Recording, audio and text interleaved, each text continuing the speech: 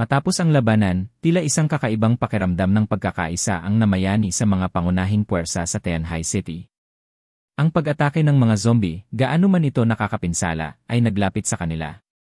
Naalala ni Jiang Yi ang sinabi ng isang dating pangulo, kapag ang mga tao ay inaatake ng mga nilalang na hindi tao, biglang nagiging maliit na bagay na lang ang mga alitan na dating naghiwalay sa kanila. Ngunit, sa kabila ng bagong samahan, hindi maalis ni Jiang Yi ang pakiramdam ng kaba. Tiningnan niya ang mga natitirang miyembro ng Snow Worship Sect, na ang dating malalakas na puwersa ay ngayon naging kaunti na lamang. Ang tanawin ng mga nasawi nilang kasama ay nagdulot ng matinding awa sa kanya. Tahimik na tinawag ni Jiang Yi si Zokir at inaya siyang sumama sa sasakyan. May mahalaga siyang kailangang pag-usapan. Bahagyang namula si Zokir sa seryosong ekspresyon ni Jiang Yi.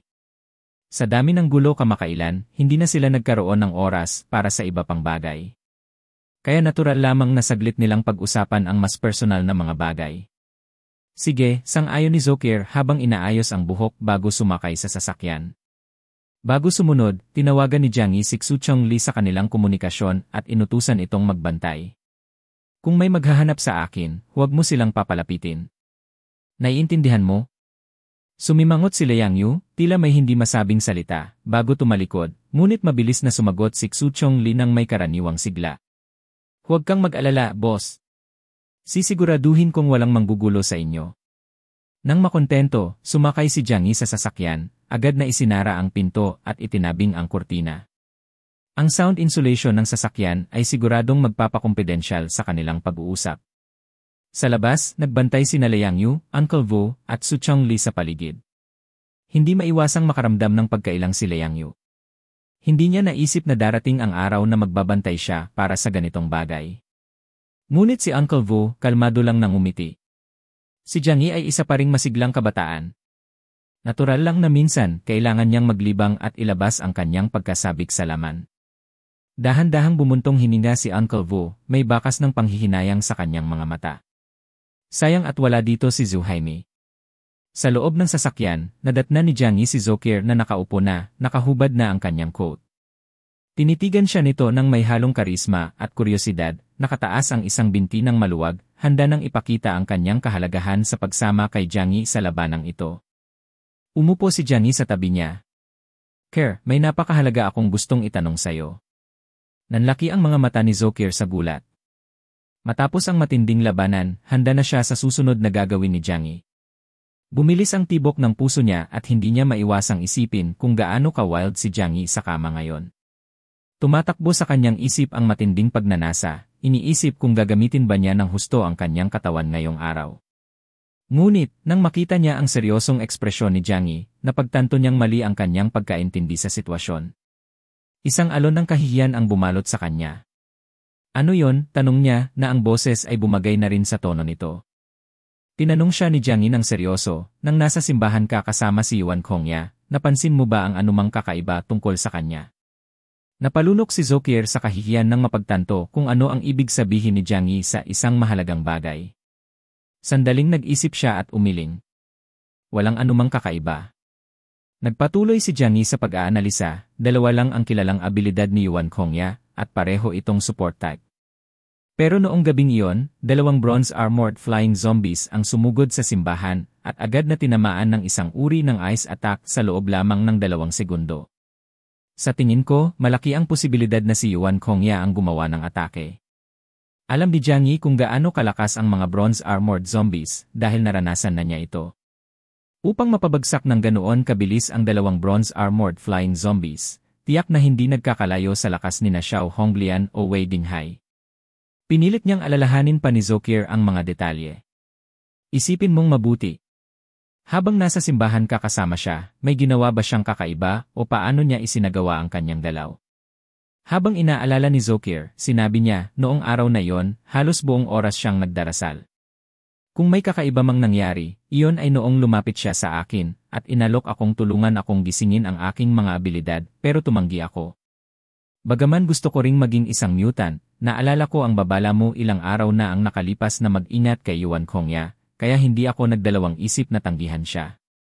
Tumango si Jiang Yi nang may bahagyang ginhawa at nag-isip, ang taong ito ay tila masyadong sabik na tulungan ang iba na gisingin ang kanilang mga abilidad, at bukas palad pang nagbibigay ng Frost Essence. Mayroon kaya siyang ibang motibo? Naisip ni Jiang Yi na sana naroon si Yang Shinshin. Gayunpaman, unti-unti niyang binubuo ang isang plano. Subukang alalahanin muli ang mga detalye ng gabing iyon, at hanggat maaari, huwag mag-iwan ng kahit anong bagay. Tumango si Zokir at nagpatuloy, matapos kong tanggihan siya, hindi na siya nagpumilit. Sinabi lang niya na hanapin ko siya kung sakaling magbago ang isip ko. Pagkatapos, biglang may dalawang halimaw na sumugod mula sa bubong ng simbahan. Nakaupo ako sa unahan, at parang isang galaw lang ng kanyang kamay, ang dalawang halimaw ay natigil sa ere. Parang nagpalayas lang ng lamok, ipinalo niya ang kanyang kamay, at ang dalawang halimaw ay itinapon pabalik. Ang buong pangyayari ay nagtagal lang ng 2 o 3 segundo. Lahat kami ay sobrang takot noon, hindi namin alam kung ano ang nangyayari. Narinig ito ni Jiang Yi at nagsimulang manlamig ang kanyang anit. Support type ang mga abilidad niya, pero kaya niyang mag-freeze ng mga lumilipad na zombie, ibig sabihin ay may ice abilities siya, mabilis siyang tumugon, ibig sabihin may enhancement abilities siya. Hindi ba't nangangahulugan ito na may 4 na abilidad siya? Habang iniisip ito, tuluyan nang nagliwanag sa isipan ni Jiang Yi. Imposibleng magising niya lahat ng abilidad na yon, hindi ba? Sa wakas, naintindihan niya kung bakit napakadaling ipamigay ng Snow Worship Sect ang Frost Essence, at kung bakit palaging nangangaral at namimigay ng Frost Essence ang kanilang Grand Cleric sa mga taong may potensyal. Naalala niya ang ilang bangkay ng mga mutants na walang pinagmulan na nakita sa labanan ng Battle of the Five Armies, parang nagkaroon na ng kahulugan ang lahat. Ang mga senyales ay nagsasabing ang tunay na abilidad ni Yuan Kongya ay maaaring Death Return, na ang mga abilidad ng mga taong nagising sa pamamagitan ng Frost Essence at namatay ay bumabalik kay Yuan Kongya. Sa sandaling iyon, pumasok sa isipan ni Jiang Yi ang isang mas matapang na ideya, posible kayang si Yuan Kongya ang lumikha ng krisis sa mga zombie na ito. Ang layunin ba niya ay maghasik ng kamatayan sa mga mutant upang palakasin ang sarili niyang kapangyarihan? Ngunit sa mas malalim na pag-iisip, parang hindi ito tama. Halos nawasak na ng krisis sa mga zombie ang Snow Worship Sect, hindi naman siguro ganun kamangmang si Yuan Kongya para sirain ang sarili niyang pundasyon. Nagulo ang isipan ni Jiang Yi, pero nang kumalma siya, naisip niyang pawang mga personal na haka-haka lamang ito. Hindi pa tamang oras para pag-usapan ito, dahil kahit sabihin pa niya, malamang walang maniniwala sa kanya. Baka makapagdulot lang ito ng gulo at mag-alala ang iba. Matapos makipag-usap kay Zokir ng 2 oras, bumaba si Jiang Yi ng sasakyan na may halong emosyon. Tinitigan niya ang Gothic Church ng Snow Worship Sect at pinilit aliwin ang sarili, sana nag-isip lang ako ng sobra. Kung talagang ganun katindi ang lakas ni Yuan Kongya, magiging napakadelikado ng sitwasyon. Malaking banta ito sa akin. Pero kung siya talaga ang may pakana ng lahat ng ito, pwede sana niyang pahirapan ang lahat nung gabi ng matinding labanan laban sa mga zombie, kung saan lahat kami ay nasa dulo na ng aming lakas. Hindi niya ginawa yon, baka may iba pa siyang iniisip. At bukod pa roon, sa kabila ng kanyang mahinhing itsura, hindi siya mukhang taong kayang kontrolin ang isang hukbo ng mga zombie. Habang iniisip ko ito, lalong nagiging hindi lohikal, marahil mas mabuti pang magsiyasat na lang ng palihim. Sa sandaling iyon, may narinig siyang ubo mula sa di kalayuan, sina Bian Jianwu at ang kanyang grupo. Biglang pumasok sa isip ni Jiang Yi, baka kaya nag-aalala si Yuan Kongya sa mga tao mula sa Jiangnan region. Halos mabaliw na si Jiang Yi sa dami ng iniisip, pinilit niyang isantabi ang mga ito, at naglakad patungo kina Bian Jianwu at sa iba pa. Mabilis siyang nagtanong, Captain Bian, kumusta ang pakiramdam mo? Inalis ni Bian Jianwu ang panyo na inubuan niya, puno ito ng madilim na pulang mansa ng dugo. Hindi maiwasan ni Jiang Yi na mapaluha, iniisip, mukhang malubha na talaga ang sakit niya. Walang emosyon na sinabi ni Bian Jianwu, wala ito, siguro ilang araw na lang ako mabubuhay. Nag-alala si Woody, boss, bakit hindi na lang tayo bumalik sa Blizzard City? Magpagamot ka na agad, hindi natin pwedeng pabayaan, lumala pa ang sakit mo. Ngunit umiling lamang si Bian Jianwu, matatag ang kanyang desisyon. Kilala niya ang kanyang katawan ng higit kaninuman. Sa kabila ng pagsisikap ng rehiyon na protektahan siya, isang Delta level na mutant na nakaligtas sa hindi mabilang na mga laban, ang mutasyon ay hindi na mababago. Kailangan niyang harapin ang mga epekto ng paggamit ng kanyang mga kakayahan. Humarap siya kay Jiang Yi at sinabi, tapusin na natin ito at tiyaking hindi nabanta ang Zombie King sa Tianhai City, pagkatapos ay babalik na kami. Bigla siyang umiti at idinagdag, ano sa tingin mo? Hindi na maganda ang kalagayan ng Tianjin City, at magiging mahirap harapin ang anumang sakuna sa hinaharap, natural man o gawa ng tao. Napag-isipan mo bang sumama sa amin? Hindi lang ikaw, pati na rin ang mga kaibigan mo. Alam ni Jiang Yi na totoo ang alok. Maraming oportunidad sa Blizzard City, pero hindi pa siya handang umalis ngayon. Wala pa akong plano na umalis sa ngayon, sagot ni Jiang Yi nang may banayad ng ngiti. Pero sino ang nakakaalam? Baka sa hinaharap. Hindi napigilan ni Woody na mapangiti ng may pang-asar. Napakapili mo naman. Akala mo ba kahit sino na lang pwedeng basta-basta pumasok sa Blizzard? Hindi nagpa-apekto si Jiang Yi sa komentong iyon. Ngumiti lang siya at sinabi, may mga kaibigan ako dito, at Tianjin City ang aking bayan. Sanay na ako dito, kaya mahirap umalis sa ngayon. Hindi na pinilit pa ni Bian Jianwu ang usapan.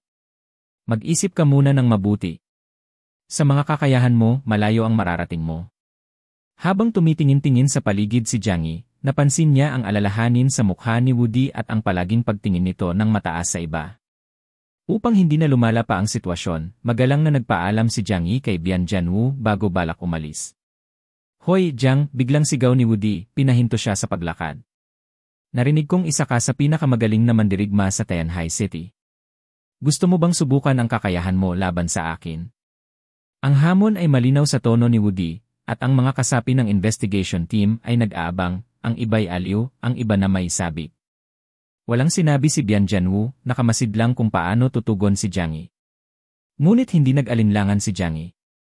Itinaas niya ang kanyang mga kamay bilang tanda ng pagsuko, ngumiti at sinabi, kapatid, pagbigyan mo na ako. Hindi ako mandirigma.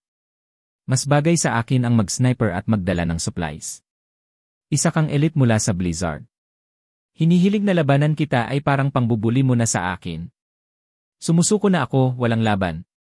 Hindi maintindihan ni Jiang Yi kung bakit may galit si Woody sa kanya, pero alam niyang mas mabuti nang huwag patulan ang isang walang saysay na laban. Matagal na niyang natutunan na ang mga sobrang palaban ay madalas na hindi nagtatagal ng buhay. Para kay Jiang Yi, kapag pumayag siyang makipaglaban, dapat handa siyang patayin ang kalaban. Pero walang pakinabang sa pakikipaglaban kay Woody, kaya't mas pinili niyang iwasan ito. Hindi inaasahan ni Woody na ganoon kabilis susuko si Jiang Yi. Itinuro niya si Jiang Yi ng galit. Hindi ka pa nga lumalaban, sumusuko ka na. Tinuturing mo ang sarili mo na leader ng puwersa sa Tianjin City, tapos ganito kakahina. Ngumiti lang si Jiang Yi at ipinagkibit balikat ang insulto. Anong leader? Magkakaibigan lang kami na nagsasama-sama para mabuhay. Nakikinig lang sila sa akin dahil sa respeto. Marami pa akong kailangang gawin. Mag-usap na lang tayo mamaya. Pagkatapos noon, mabilis na umalis si Jiang Yi, hindi binigyan ng pagkakataon si Woody na palakihin pa ang gulo. Si Woody ay naiwan na nanginginig sa galit, itinuro ang papalayong anyo ni Jiang Yi habang humarap kay Bian Jianwu. Boss, napakaduwag ng taong ito. Iniisip mo pa ba na isama siya sa atin? Tignan mo nga siya.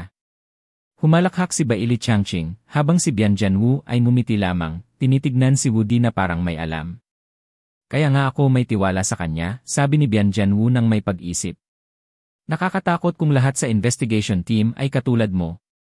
Hindi inintindi ni Jiang Yi ang mga panunukso ni Woody.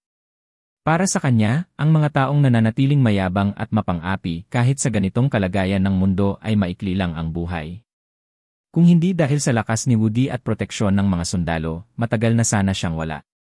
Kung sakaling hamunin ni Woody si Jiang Yi, sigurado si Jiang Yi na kaya niyang humanap ng daan-daang paraan para gawing masakit ang pagkamatay ni Woody. Nang makalayo mula kay Bian Jianwu, nakaramdam si Jiang Yi ng ginhawa dahil alam niyang hindi pa sila alis. Ano man ang mga plano ng Snow Worship Sect, habang naroon ang mga tao mula sa Jiangnan Region, hindi magaganap ang kaguluhan sa Tianjin City. Matapos nito, agad tumungo si Jiang Yi sa Yangsheng Base upang hanapin si Xiao Honglian para sa ilang impormasyon. Kilala na ng mga sundalo sa base si Jiang Yi. Matapos ang ilang matinding laban, labis na lumaki ang respeto nila para sa kanya. Bilang kalaban, kinatatakutan nila si Jiang Yi, bilang kasama, malalim ang kanilang paggalang sa kanya. Ginoong Jiang, sumunod po kayo sa akin. Dadalhin ko kayo kay Xiao Honglian, sabi ng isang kapitan na mutant bago siya umalis. Ilang sandali lang, lumapit na si Jiang Yi kay Xiao Honglian na may ngiting bumati sa kanya. Kumusta? Ano ang maitutulong ko sa'yo? Tanong niya, malambing ang tono. Tumingin muna si Jiang Yi sa paligid at pagkatapos ay nagmungkahi, maglakad-lakad tayo. Tumaas ang kilay ni Xiao Honglian, nagulat sa kanyang hiling. Sinipat niya si Jiang Yi mula ulo hanggang paa na may halong hinala. Kulang ka ba sa babae sa buhay mo, Jiang Yi? Sinasabi ko sa'yo, hindi ako madaling makuha. Huwag mong isipin na madali mo akong mapapasunod. Tumawa si Jiang Yi at umiling. Sobra ang iniisip mo. May kailangan lang akong ipakiusap sa'yo, at hindi ito magandang pag-usapan dito sa harap ng maraming tao. Sige, kung ganoon, sagot ni Xiao Honglian, at dahan-dahan silang lumabas ng kampo, habang ang mga yapak nila ay naglilikha ng tunog sa niebe sa gitna ng mga guho. Nang sila'y nag-iisa na, humarap si Xiao Honglian sa kanya, halatang curious. Ano ba talaga ang tungkol dito? Pwede mo nang sabihin. Diretsong sinabi ni Jiang Yi, nabanggit mo noon na may access ka sa impormasyon ng lahat ng tao sa Tianhai City, tama ba? Sagot niya sabay tingin kay Jiang Yi. Sino ang gusto mong pag-usapan? Dahil halos lahat ng tao sa Tianhai City ay namatay na, malamang na interesado si Jiang Yi sa isang tao mula sa kampo ng Snow Worship Sect. Naengganyo si Xiao Honglian sa maaaring plano ni Jiang Yi. Kailangan ko ng impormasyon tungkol sa dalawang pangunahing base, ang Qingpei at Chaoyu, pati na rin ang mga detalye tungkol sa leader ng Snow Worship Cult at kanilang mga kinatawan, sabi ni Jiang Yi ng kalmado. Hindi napigilan ni Xiao Honglian na magtanong, nag-aalala ka pa rin ba tungkol sa kanila? Umiti si Jiang Yi ng bahagya. Hindi ito tungkol sa pag-aalala, gusto ko lang maging handa at maingat. Napangiwi si Xiao Honglian. Ibig mo bang sabihin, ibigay na rin namin sa iyo ang impormasyon namin? Tumawa si Jiang Yi. Kung payag ka, ayos lang iyon. Panaginip lang yan, mabilis na sagot ni Xiao Honglian, tinatanggihan na ibunyag ang tunay niyang pagkatao sa kanya. Tinitigan niya si Jiang Yi, halata ang hinala sa kanyang mga mata. Ano na ngayon? Kaya mo bang gawin? Hindi lubos na sigurado si Xiao Honglian sa motibo ni Jiang Yi. Bagaman ang hawak niyang impormasyon ay hindi sapat para detalyadong alamin ang buhay ng lahat, ito ay malawak dahil sa kanyang pagsusumikap na magtipon ng impormasyon sa mga mahalagang tao. Ngunit ang datos na yon ay bago pa ang Apocalypse, kaya't may kaunting pagkaluma na. Ang pagbabahagi nito kay Jiang Yi ay hindi masyadong delikado. Hindi imposibleng ibigay sa iyo, pero saglit na tumigil si Xiao Honglian, may pilyang ngiti sa kanyang mga labi. Anong kapalit ang maibibigay mo? Hindi niya basta-basta ipamimigay ang impormasyon ng walang kapalit. Ngumiti si Jiang Yi. Ano ang kailangan mo? Pagkain, enerhiya, o armas? Wala akong kakulangan sa mga yon, sabi ni Xiao Honglian, sabay taas ng kamay na tila walang interes. Sa dami ng namatay, hindi na problema ang kakulangan ng resources sa Tianhai City. Sa ngayon, hindi niya kailangan ng mga bagay na yon. Kung ibibigay ko sa iyo ang impormasyon, gusto ko ng pangako mula sa iyo, sabi niya, biglang seryoso ang tono. Pangako? Anong klaseng pangako? Tanong ni Jiang Yi, tila na intriga. Tinitigan siya ni Xiao Honglian ng matatag. Kung sakaling mapunta kami sa panganib, gusto ko na tutulungan mo kami. Natuwa si Jiang Yi sa ideya. Sa ganitong magulong mundo, mayroon bang halaga ang isang pangako? Sa tingin mo ba, may bigat pa ang ganitong pangako? Tanong niya. Naniniwala ako na mayroon, tugon ni Xiao Honglian nang may pagkamakatotohanan. Isa na tayo sa ilang natitirang buhay sa Tianhai City. Kung gusto nating magpatuloy na mabuhay, kailangan nating magtulungan at panatilihin ang kahit kaunting kaayusan. Kung wala niyan, sa isang lugar na walang batas, walang makapamumuhay ng payapa. Pinag-isipan ni Jiang Yi ang sinabi ni Xiao Honglian. Tila makatuwiran ang hiling, isang bagay na kaya niyang tanggapin. Kung sa hinaharap ay kaya niyang tulungan si Xiao Honglian nang hindi naman masyadong mahirap, handa siyang gawin ito. Ngunit kung kakailanganin ng malaking sakripisyo, ibang usapan na yon. Sige, pumapayag ako, tumango si Jiang Yi. Para kay Xiao Honglian, ito ay isang panalong sitwasyon. Wala naman siyang isinusugal, lumang data lang na nakastore sa kanilang system. Nasa server ng base namin ang impormasyon. Ipapadala ko ito sa iyo pagbalik ko, pangako ni Xiao Honglian. Kailan mo balak bumalik? Tanong ni Jiang Yi. Halos tapos na kami dito. Panahon na para bumalik at muling itayo ang aming tahanan. Babalik kami bukas, sagot ni Xiao Honglian habang patuloy silang naglalakad. Kailangan din naming muling ayusin ang aming puwersa. Matindi ang nawala sa amin sa labanan na ito. Huminga muna siya ng malalim bago nagtanong, ikaw naman. Hindi ka ba alis? Ngumiti si Jiang Yi.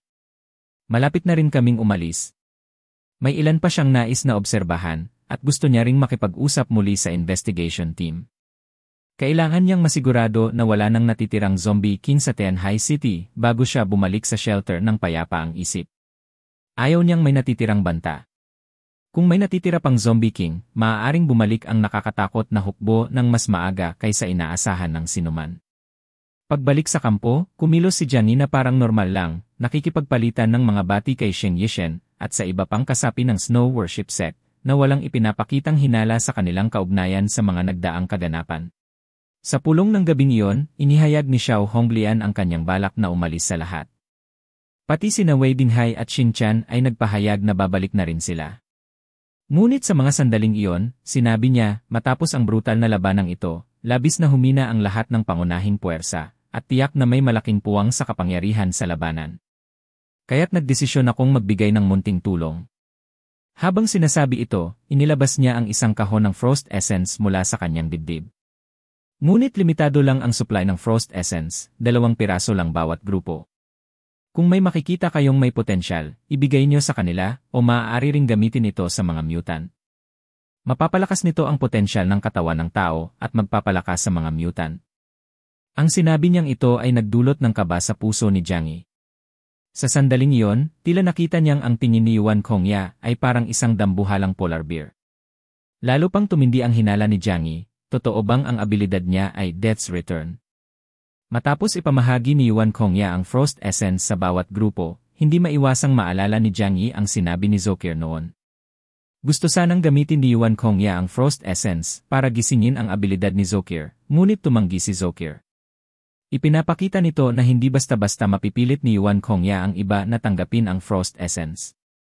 Nagpakita ng pagtataka ang mga mukha ng ibang pangunahing puwersa. Dati na nilang ginamit ang Frost Essence para makalikha ng mga mutant na nagpalawak sa kanilang kapangyarihan at nagbigay sa kanila ng kakayahang makuha ang mga teritoryo, kaya wala silang duda tungkol sa Frost Essence.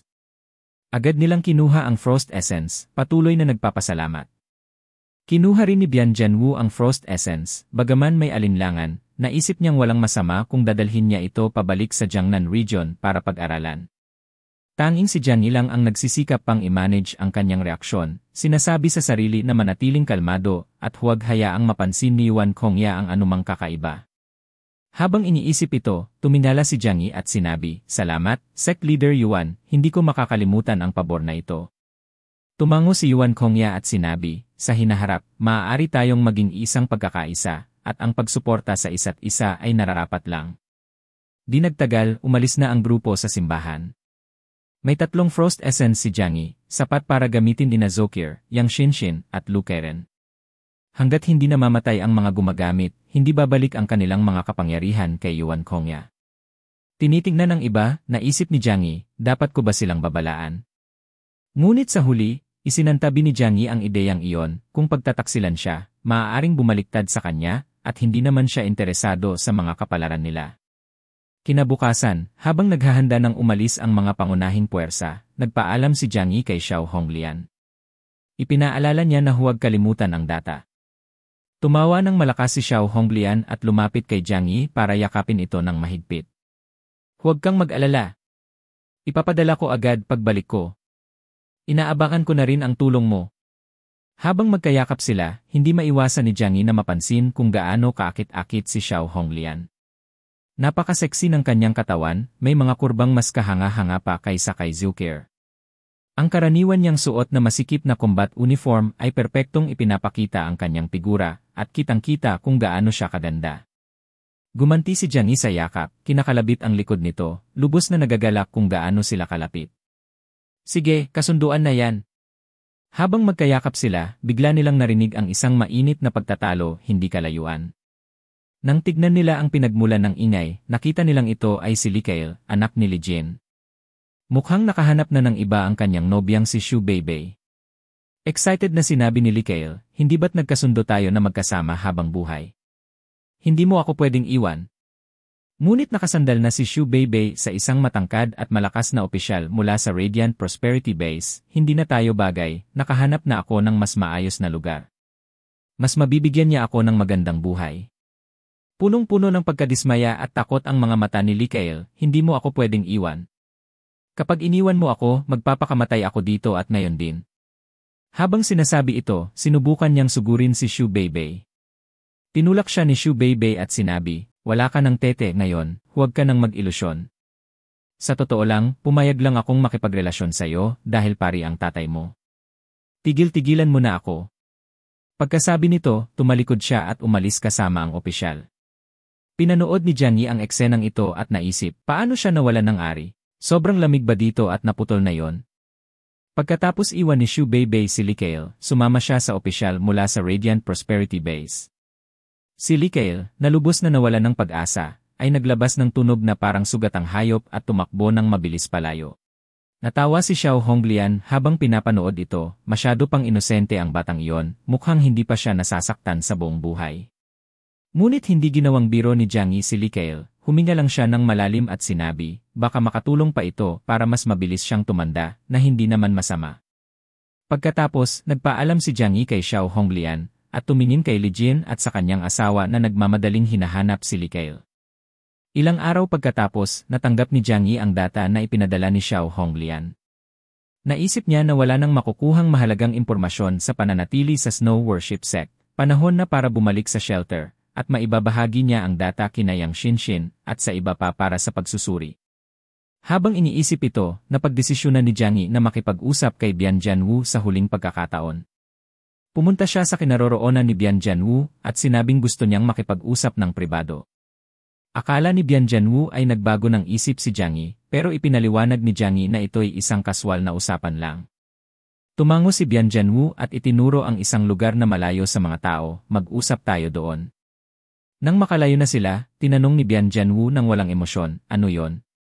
Pwede mong sabihin ng direkta, walang ibang makakarinig. Alam ni Jiang Yi na ayaw ni Bian Jianwu ng paligoy-ligoy, kaya direkta niyang sinabi, Captain Bian, umaasa akong magstay ka pa ng ilang araw dito sa Heavenly Sea City. Pakiramdam ko may mali sa misyong ito. Hinala ko na ang Corpse King ay isang pain lang. Akala natin mataas ang talino ng Corpse King, pero sa labanan, mukhang hindi niya man lang nahulaan ang simpleng diversion.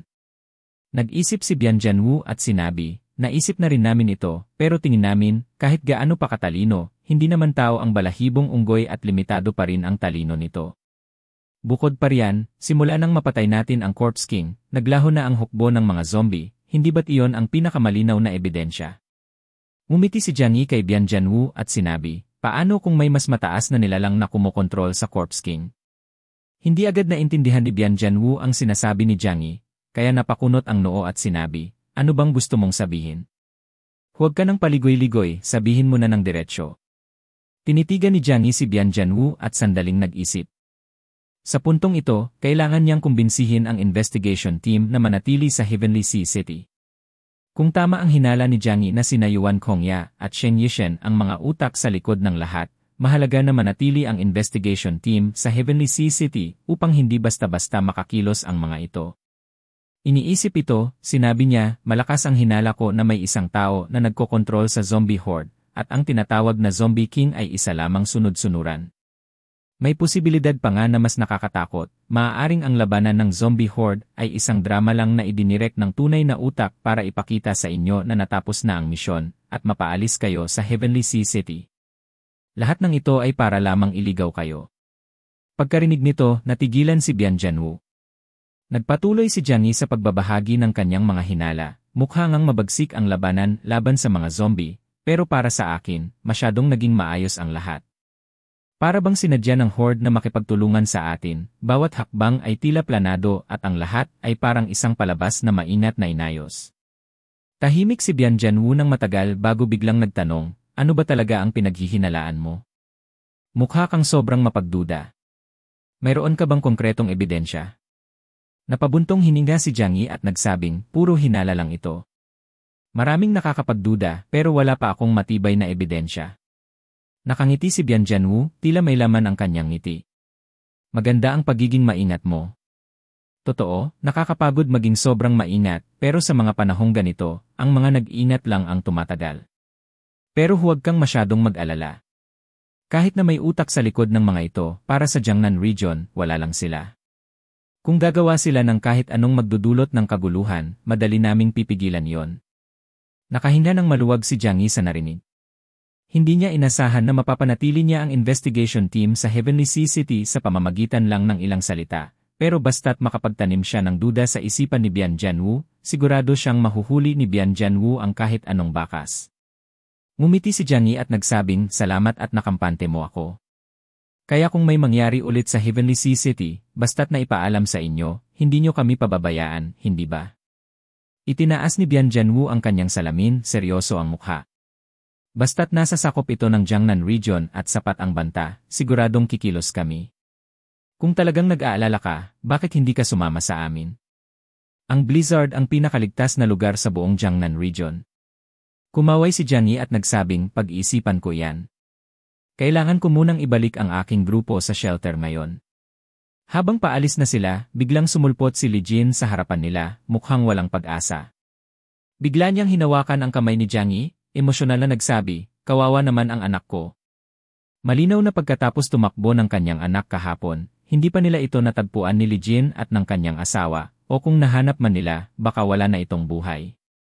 Matapos magpaalam kay Bian Jianwu, umalis na si Jiang Yi at ang kanyang grupo mula sa Snow Worship Sect.